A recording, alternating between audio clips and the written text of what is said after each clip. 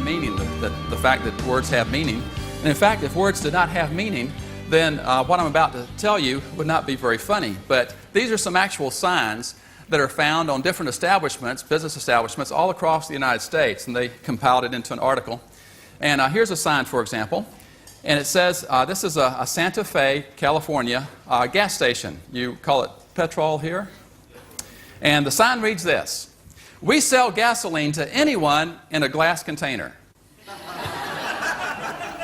If you're able to get into the container, then you're okay on that. This is a New York restaurant. The sign says, "Customers who consider our waitresses uncivil ought to see the manager."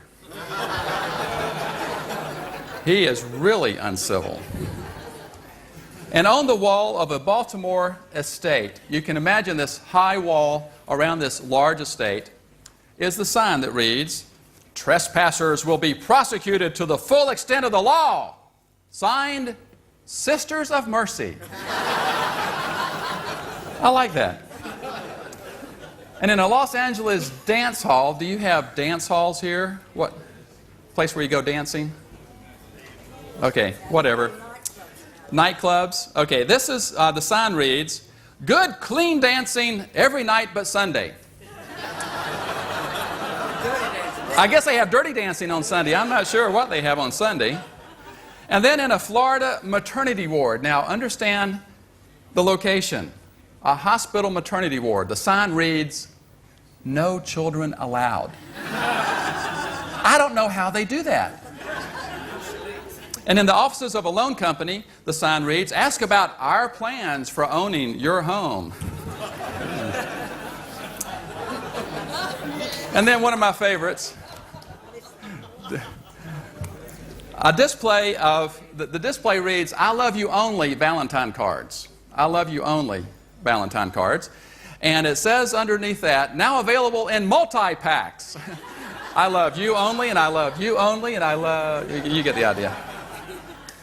And then my all-time favorite is in a Kentucky appliance store where they sell refrigerators and washers and dryers. It says, "Don't kill your wife, let our washing machine do the dirty work." Whoa. Now, we laugh at these because we understand that words have meaning, but actually they have multiple meanings. And all of these are based on puns, the fact that a word can have different meanings in different contexts. And just to make sure that you're awake here after lunch, I want to go into this in a little more detail because I want to give you a little quiz. And you need to turn to the person sitting next to you and simply define for the person sitting next to you this term. What does this word mean? You have 30 seconds.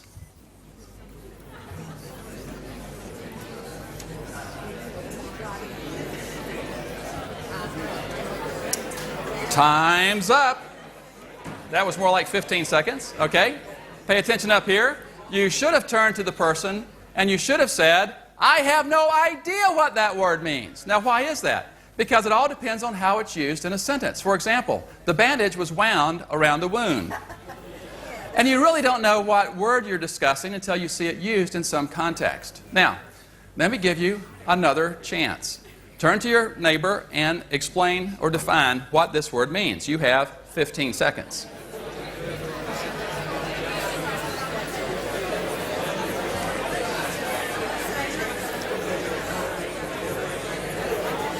Time's up. Okay, pay attention up here again. I heard a lot of chatter there. You should have turned to your neighbor and you should have said, "I have no idea what that word means." Why is that? Because you don't know really what it means until you see it used in context. For example, the farm was used to produce produce. You really don't know what it means until you see it used in context. Now, for some of you from New South Wales, I'll give you a third chance to get it right. What does this word mean? Turn to your neighbor. You have 15 seconds.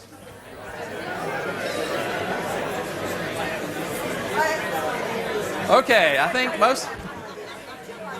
most of you are catching on. I heard many of you say, "I have no idea what this means," because it depends how it's used. Since there's no time like the present, he thought it was time to present the present. So there you have it.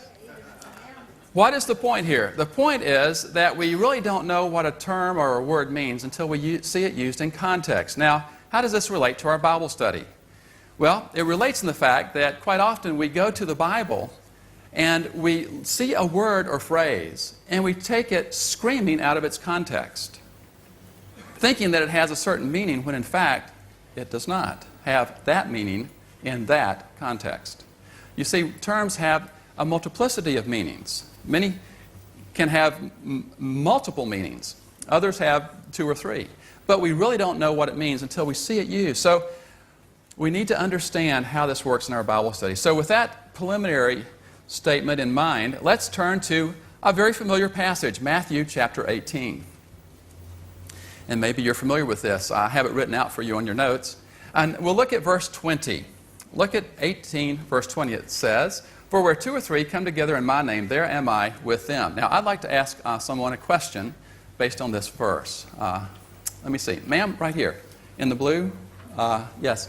Let me ask you a question. What does this verse mean to you? Where 2 or 3 come together, usually to pray, then he is in the midst. Okay, where 2 or 3 come together, usually to pray, then he, meaning Jesus, I presume, is in his midst. Okay, very good. Somebody on this row over here, right here.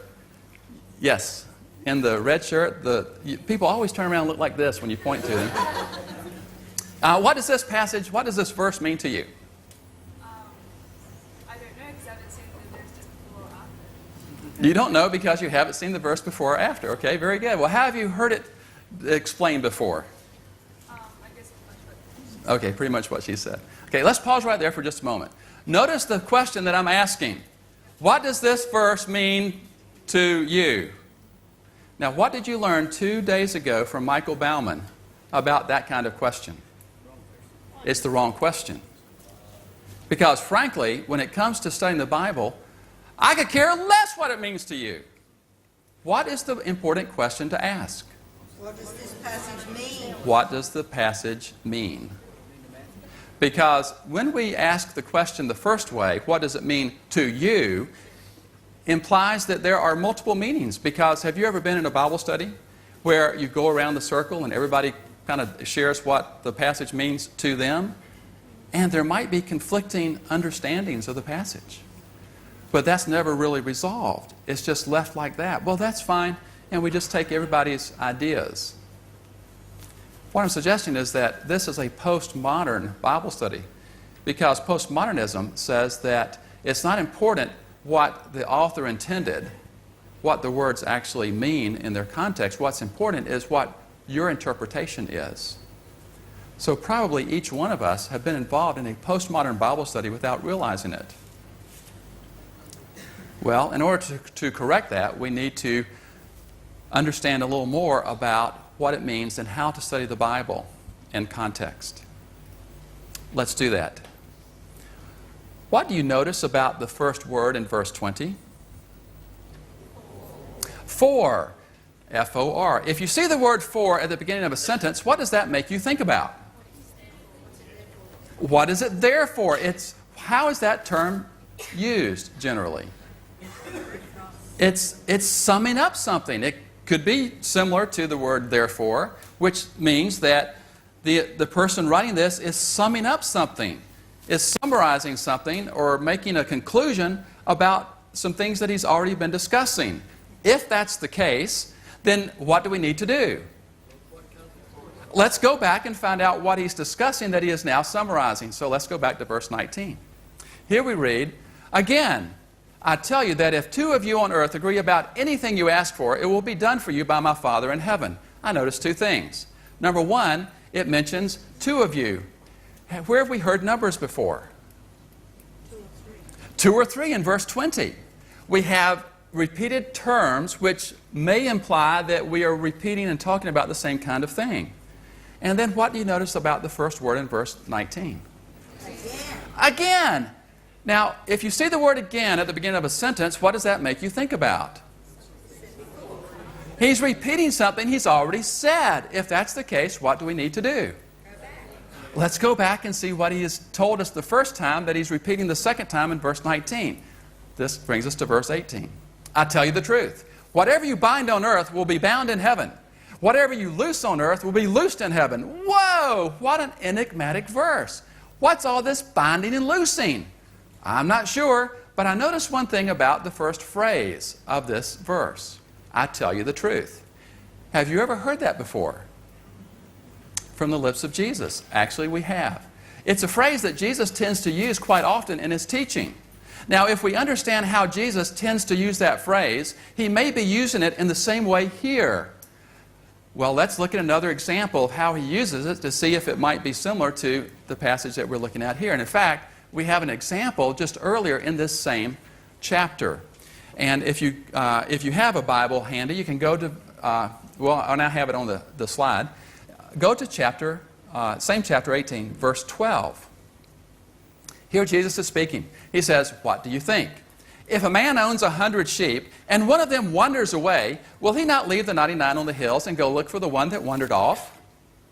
And if he finds it, I tell you the truth," there's our phrase, "he is happier about that one sheep than about the 99 that did not wander off." How did Jesus use this phrase?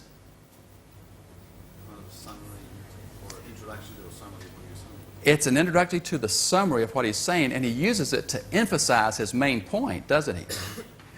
If that's how Jesus tends to use this, then he was possibly doing it the same way in our passage. So maybe this verse 18 that seems hard and complex, maybe he's simply emphasizing something that he's already talking about. If that's the case, what do we need to do? Go back and find out what he's discussing. Let's go back to verse 17. If he refuses to listen to them, tell it to the church. If he refuses to listen even to the church, treat him as you would a pagan or a tax collector. Now, what's the first question you have when you read this verse? Who's he? He is introduced in the middle of things here. Who is he? How do we find out who he is? Let's go back to verse 16. But if he will not listen, aha, there's our he. Take one or two others along so that every matter may be established by the testimony of 2 or 3 witnesses. 2 or 3. Where have we heard numbers before? Verse 19, verse 20. Repetition of terms gives us a clue that we might be talking about the same kinds of ideas here. What's the first word of verse 16? But. If you see the word but, for you English majors, what is that term? It's a conjunction to connect two ideas, and it's specifically by way of contrast. We're contrasting two ideas. If that's the way the term is used, then what do we need to do? I was giving this presentation to our students in the United States, and one of them raised his hand in the back and said, "Are we going all the way back to Genesis?" We could. But you have to go to the chocolate factory in 45 minutes, so I don't have time for that. So for now, let's go back to verse 15 and stop our progress there. If your brother sins against you, does that tell us who he is? Yes. Brother, not sister, okay. Okay, we won't go there right now. If your brother sins against you, go and show him his fault, just between the two of you. If he listens to you, you have won your brother over. What's the context of this passage? A sinning brother. And I would suggest by implication, sister also. And Jesus gives us an idea, an instruction on what to do. If someone sins against you, your responsibility is to get on the phone, call your neighbor, and tell them what this rascal did. No. Get on email, talk about the situation, and hit send to everyone on your email list. No. You go and talk to your brother in private. Why? To try to win him over. So that he would see the error of his way. He would the mistake, or it was probably conscious, the sin, it's a sin, not just a mistake, the sin that he did, he would acknowledge, he would have the opportunity to acknowledge and make it right with you, just between the two of you. Because he goes on to say, as you follow back down from there, but if he will not listen, then Jesus gives us further instruction. What do you do then? Take one or two others along so that every matter may be established by the testimony of 2 or 3 witnesses. It's interesting to me that if you're reading this in most Bibles, it indicates that every matter established by the testimony of 2 or 3 witnesses is in quotes. Jesus is quoting an Old Testament principle. He's not introducing some new idea here. He is simply taking an idea that's been around for a long time, and in fact an idea that his hearers probably understood themselves and had been taught on, and he was putting it into a new situation. He's saying now, in the age of the church, when you have a brother that sins, here's what you do. Go in private. If that doesn't solve the problem, take 2 or 3 others along. Because in a court of law, it takes 2 or 3 witnesses. And so now we have, it's almost as if he's establishing a legal scenario, because that's what witnesses do in a court of law. What's the purpose? To win your brother over. Verse 17, if he refuses to listen to them, tell it to the church. So now we've just upped the whole process to more people are now involved. More people know about it. The church knows about it. This is a larger group now. This brings more pressure to bear on the brother. It's not to simply share his dirty laundry, to talk about people. That's not the purpose. What's the purpose? Verse 15, win your brother over. So we always have to keep that in mind. But what this does is it brings more pressure to bear, because now the larger community knows about it, at least the community of believers in that locality. If he refuses to listen even to the church, Jesus says, treat him as you would a pagan or tax collector. How did the Jews treat pagans and tax collectors in Jesus' day? They shunned them. They would have no dealings with them. They would not go and eat in a tax collector's house. If you were walking down the street, you would walk, literally, you would cross the street so that you would not have to walk by him. You would have no business dealings with pagans or tax collectors. And Jesus is saying that you are to treat the sinning brother in that way. Why? To air his dirty laundry to the larger community? No. To show the sinning brother the severity of his sin, so that he, like the prodigal son, might come to his senses and make it right. Now, obviously, this is not some trivial sin. It's something that would indicate this kind of progression. Then we come to verse 18, and for the first time, verse 18 begins to make sense, because we're talking here about a judicial setting where judgment is being passed. Witnesses are coming to the court in the church. And Jesus says this, I tell you the truth, whatever you bind on earth will be bound in heaven. Whatever you loose on earth will be loosed in heaven. When we read these terms, it's hard for us to understand what they mean. And let me hold it there for just a moment, and I will explain what they mean in just a minute. But before we get there, I have a couple of slides to take us to that point. And that is that when we study the Bible, we need to understand it in its fullest context. And after 18, I'll explain that in just a minute, he's actually using terms that relate to a court of law. What has just been bound? I'll go ahead and explain it now. What's just been bound? There was a binding agreement among the church to do what? Expel the sinning brother. Now, what could possibly be loosed? Let's say the sinning brother repents. Then what happens? You loose him with a binding agreement not to have fellowship with him. Jesus says what is bound on earth is bound in heaven. It has God's stamp of approval. We are acting as God's hands and feet to discipline those who sin among the believers. What is loosed on earth is loosed in heaven. It has God's stamp of approval. We are acting on God's behalf.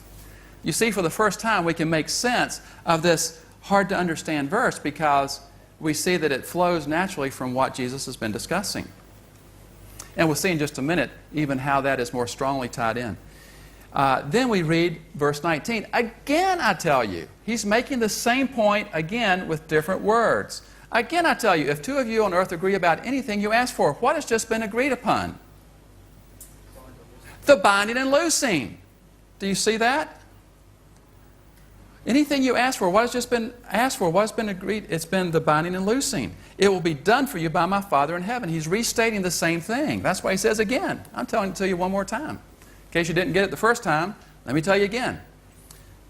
Verse 20, 4, summary. Where two or three come together in my name. And what is the purpose of coming together? Wednesday night prayer meeting? No, the discipline of a sinning brother. Where two or three come together in a judicial setting, in a court of law, to bring conviction or release to a sinning brother, I am there too. He's repeated the third time what he said in the other earlier two verses. We are operating on God's behalf. Now, that's my interpretation of verse 20. Let's see if that stands up under further scrutiny. Because I can tell by the looks on some of your faces, you're not convinced. You look at that and you think, boy, it sure looks like he's talking about a prayer promise here. And that his presence is with us in some unique way if there's more than one of us together. Let's evaluate that for just a moment to see if I'm right in my interpretation. I could be wrong, and I'm willing to look into that. Let me give you the reasons why I think this is the correct way to understand this verse. And that is, number one, the larger context. And what I mean by that is simply that as you look beyond this little passage, you notice that it has a larger context. And in fact, we have an opportunity to see how those who heard Jesus say this had a response to him. And we can see how other people responded at the time this was spoken. We see this in Matthew 18, verse 21. And here Peter comes and asks Jesus a question. You know, Peter, the disciple, he's always probably boisterous. I would imagine he's the one on the front row every time Jesus is teaching. And I can see Peter now raising his hand, Jesus, Jesus, look at me, I have a question. Certainly, Peter, what's your question? Now, if Peter understood Jesus to be talking about some prayer promise where it takes two or three of us to be together, then what would be the question Peter would ask? Lord, now tell me again, how many of us need to be together for you to hear us and answer our prayer?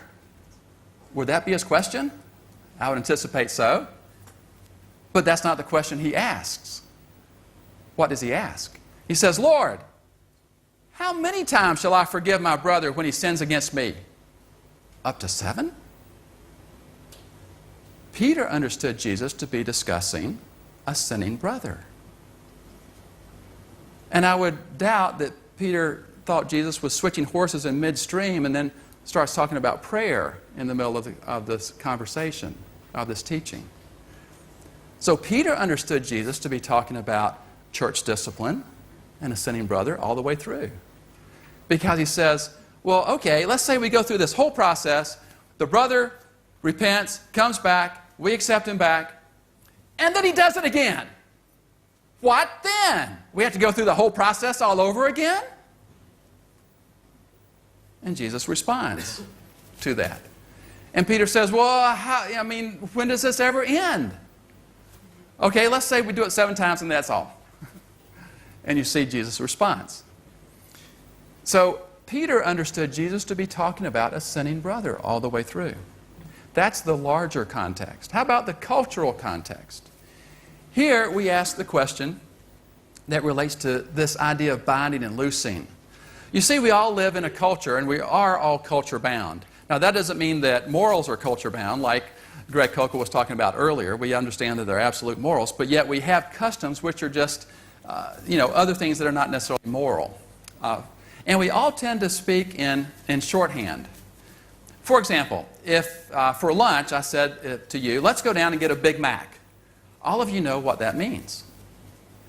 But if you were to go to a different culture, say in the jungles of Africa, into a small tribe that does not have McDonald's, and if you were to say to them, let's go get a Big Mac, they would not know what you're discussing, what you're saying. And then you'd have to explain what a Big Mac was. You'd have to say, well, it's a hamburger. Then you have to explain that, well, it really doesn't have any ham in it. And then you have to explain what a sesame seed bun is and a pickle, and that pickles don't grow on trees. And you would have to this long explanation and in order to get across the idea that we get across by using the two words Big Mac. So we all speak in shorthand because it's a cultural thing that we all understand. So we can use that shorthand. Well, these terms, binding and loosing, is a form of shorthand. It's one little word, bind and loose, that in the context of Jesus' day, everyone knew exactly what he was talking about. But because we live in a different culture, we don't use these kinds of words. And so we have no idea. But if you go to a commentary, you find that the Jewish text, binding and loosing, could refer to authority to interpret the law. Hence, to evaluate individuals' fidelity to the law. What was Jesus discussing through this passage? Someone's fidelity to the law, a sinning brother, someone who broke the law. So Jesus uses legal terms to discuss and to explain to his hearers exactly what he means. And everyone understood what he said in that day. So binding and loosing is simply a legal term. And that's where I got the idea that what you bind on earth will be legally bound in heaven. It's a legal term, meaning that we have a binding agreement. It's a court of law decision. It's a verdict that's been passed down. And what you loose, again, it's a verdict that's been reversed. Now we can understand what he's discussing here. It makes perfect sense. But there's a third area, and I call this the biblical context. Because here we want to look at even the larger array of how the Bible uses these ideas, these concepts in other passages. Verse 5, if your brother sins, go and show him his fault. Jesus is not coming up with some new idea here. He's simply picking up an idea out of Leviticus 19, for example. It says, rebuke your neighbor frankly so that you will not share in his guilt. It's a very common idea, and he is now giving it a different flavor, a different context in the light of his disciples. He is telling his disciples that this principle that has been around, that God has placed for the Jewish people for ages, will continue to be a part of the New Testament experience of believers. Then another Old Testament idea, verse 16, every matter may be established by the testimony of 2 or 3 witnesses. Now, this has a specific reference. Jesus is quoting specifically word for word, and that comes right out of Deuteronomy 19.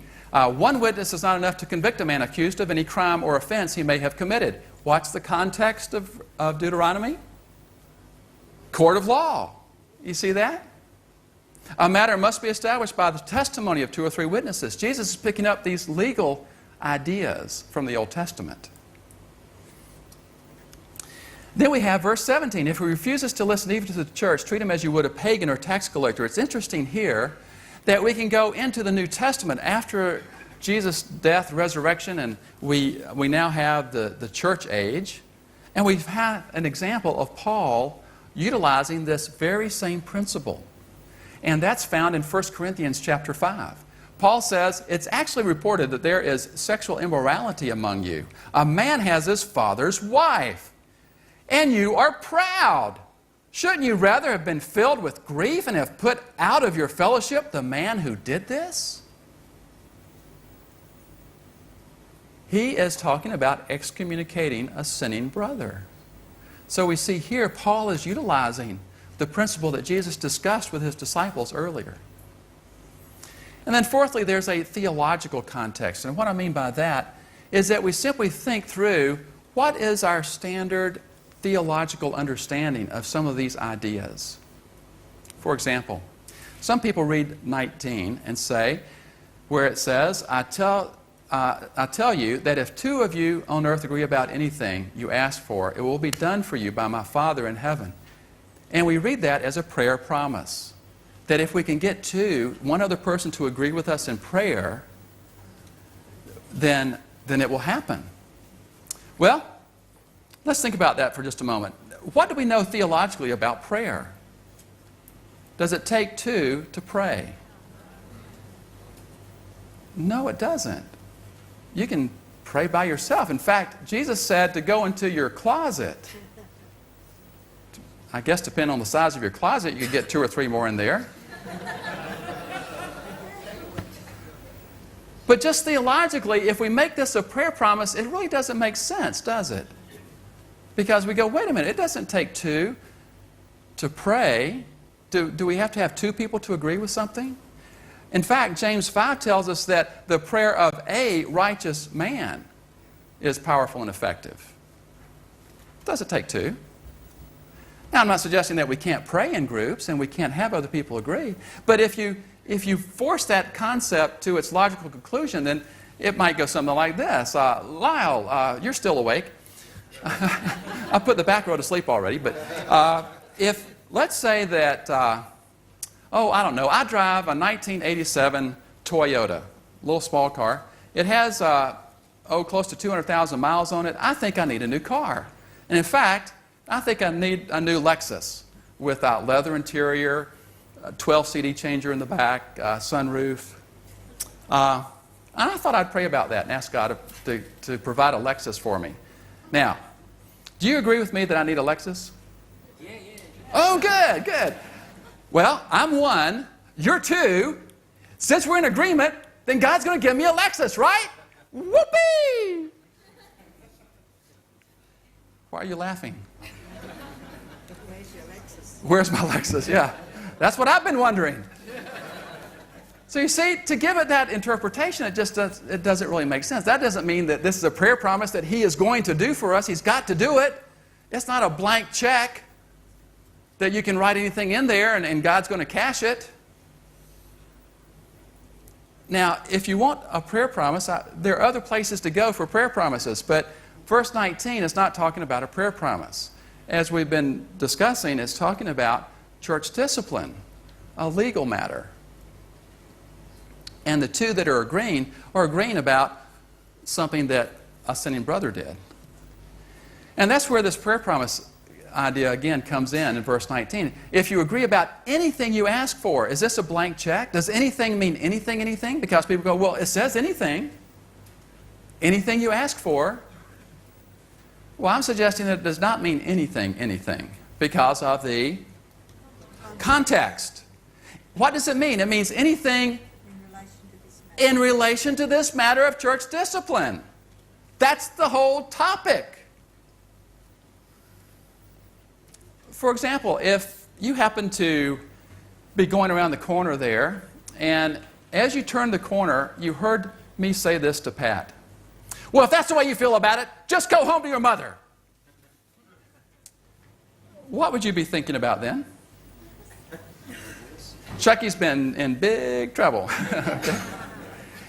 Would it make any difference in your interpretation of what I just said if you continued to come around the corner and you noticed that Pat and I were reading out of a book that said skits for attention grabbers? Yeah, that would make a little difference, wouldn't it? You see, the context is important. You can't even take that phrase out of its context because you'll arrive at the wrong conclusion. So these phrases here have a context that guide us to the meaning so that we understand what Jesus is discussing here. If you want a prayer promise, go to Mark 11. Therefore, I tell you, whatever you ask in prayer, see, he's talking about prayer now, isn't he? It's explicit. Believe that you have received it and it will be yours. People say, well, verse 19 of Matthew is implying prayer. It doesn't say anything about prayer in verse 19, does it? No, and I don't even think it's implied. I think he's talking about church discipline. So go to Mark 11 and take a prayer promise from that. Use that as a part of your theology, but don't take it out of context from verse 19. Then we have this idea of 2 or 3. For where 2 or 3 come together in my name, there am I with them. This idea of 2 or 3. Does it take 2 or 3 people theologically? What do you know about your theology of Jesus and His presence with you?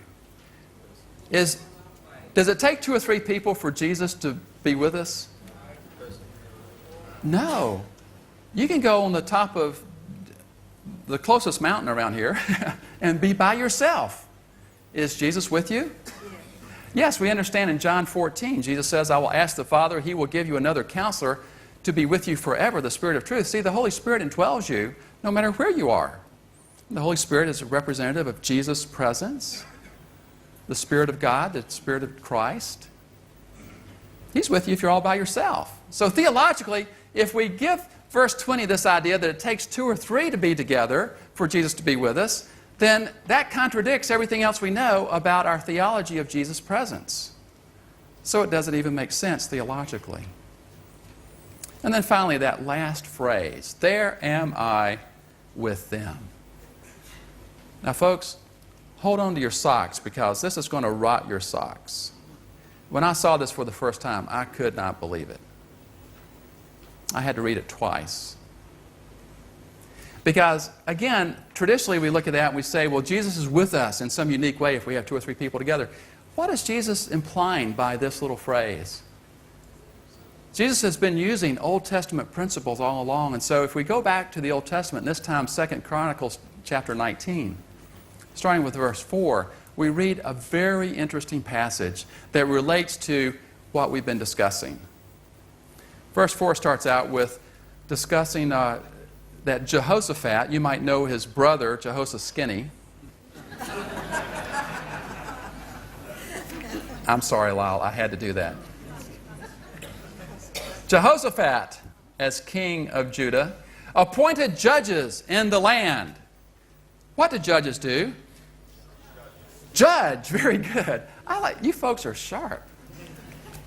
Appointed judges to pass judgments in each of the fortified cities of Judah. Judges passed judgment. Verse 6. He, Jehoshaphat, told them, the judges, consider carefully what you do, because you are not judging for man, but for the Lord.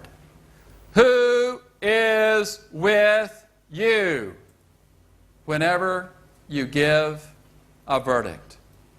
Who is with you whenever you give a verdict? What is Jehoshaphat telling the judges? They are judging on God's behalf. What they do on earth has God's stamp of approval.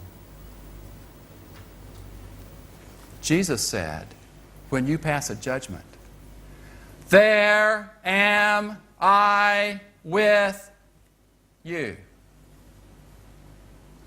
What is Jesus claiming for himself? Deity.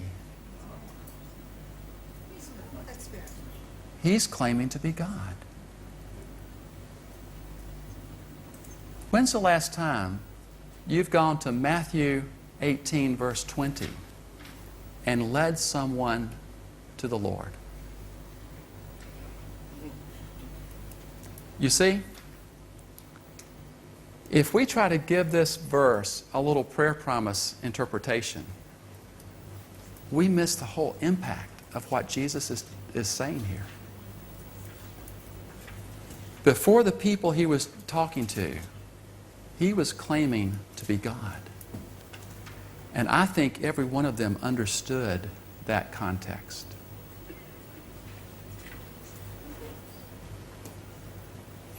Wow. See, when we come to the Bible, Paul warns us to be very careful. We need to be a workman, he says, who does not need to be ashamed of our Bible study, because we correctly handle the word of truth. Let me suggest that there are 3 very simple words you need to keep in mind anytime you do Bible study. And if you can keep these 3 ideas in mind, then it will take you giant steps ahead, kangaroo leaps ahead, in understanding what the passage means by what it says. And the first term that you can write on your page is simply context. We've been talking about that the whole time. Context, C-O-N-T-E-X-T. You must read a passage in its context before you know what it means. The second term you need to keep in mind is context, C-O-N-T-E-X-T. T-E, write this down, X-T, context. In order to know what a passage means by what it says, you must read it in its context. And the third term to keep in mind is context. See, Lyle's writing, very good. T-E-X-T. In order to know what a passage means by what it says, you must read it in its context. I have 15 more minutes, and there are a couple of preliminary or final things I'd like to share with you about how you can take some of the information that you've been gathering this week and how you can apply it in your life and take it home with you. But before I do that, I want to take a minute or two in case any of you have questions, because I feel this is so crucial. Is there a question or two or a brief question that I can interact with you on? Or if you feel comfortable with what I've just said, I'd be happy to go on to finish up. Yes, sir.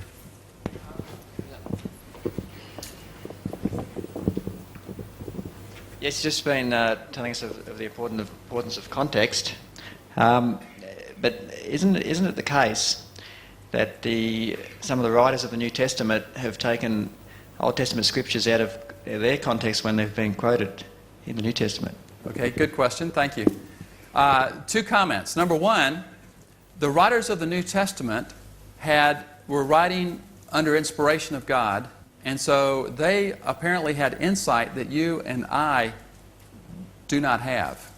And so that's one thing to their credit. The second thing is that we have to look carefully, and that I would suggest that they're not taking it out of its context, but they're giving it a meaning that is similar to a fuller meaning. For example, prophecy can be in that situation. Do you have any specific example that you were thinking of? Sometimes it's easier to deal with a specific example. And we'd have to look at each of those ideas. There are not that many. Out of Israel, I called my son. Out of Egypt, I called my son. Okay, yeah. When you're reading that historically, you understand that to be a historical situation that's happening there. And then they give it a prophetic future significance to it. And so that's in light of prophecy. So that's where the meaning was there from the beginning, but we didn't understand that meaning, and that was revealed to us at a later time. But I'm not sure that you and I are in the position to do that kind of interpretation of the text. That would be my evaluation of that. Another question?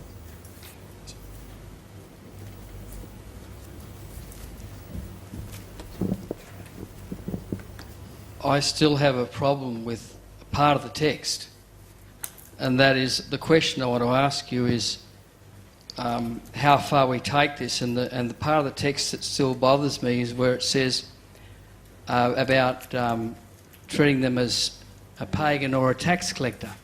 Right. My question is, how would Jesus treat a pagan, or how did he treat pagans and tax collectors?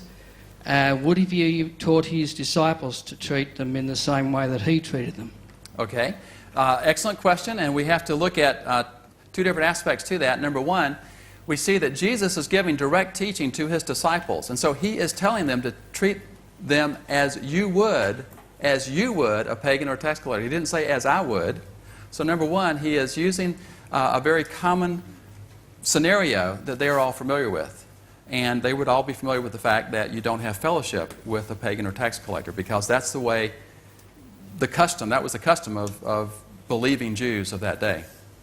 So Jesus was referring to that. Now, this is not referring to a pagan or tax collector who is a non-Christian who is seeking to reach for Christ. So we have to understand, again, even that context. Jesus is saying that here is a brother who is sinning against you, and this is the procedure in that situation.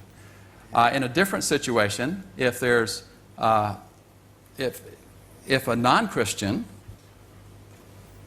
that hasn't done anything against you, you seek to have fellowship with them because you're trying to reach them with the truth of the gospel. But doesn't that... This is one of the problems we still seem to have in the church too, is that doesn't that therefore imply that we have a harsher treatment of those inside the church than we do those outside of the church? A harsher treatment? I would say in some ways, yes, I would say so, because we have a very high ideal, a high model set for us. And so that our, Paul says our behavior should be, spotless. We should strive for excellence. And I think that there is a standard of morality that we should be striving for. And we are collectively responsible for our brothers and sisters in Christ. Not in the sense of, and Jesus is very explicit here, if a brother sins against you, not against just some sin in general, although in Paul's example, it was a sinning brother that was sinning in general. It was a known sin, having his father's wife. So that was more of a general context and an application that Paul brought into that situation too, but one who claimed to be a brother. Tell you what, actually, apart from trying to discuss the ins and outs, and we could spend probably another hour or so talking about the ins and outs and the application of this particular passage, let me ask this by way of summary. Why did I share this passage with you? What was my purpose? To talk about church discipline? Actually, no. And I might be wrong about my interpretation. But hopefully you picked up some ideas on how to study the Bible. I was usually only using this as an example of the kinds of things you need to be thinking about, and specifically because this particular passage had such evident clues that were just leaping out. Look for how language is used. God communicated to us in language, and language has certain rules about them. And that's why I was pointing out those rules, just the linguistic rules, the connectors that were obviously there before each sentence. So don't think so much in terms of verses, but look at sentences and clusters of sentences, which are paragraphs. And paragraphs are clustered together to give sections of thought, and you cannot rip out some small word or small phrase or one sentence out of the surrounding sentences and paragraph. It's written in language that we can understand, and language has rules to it.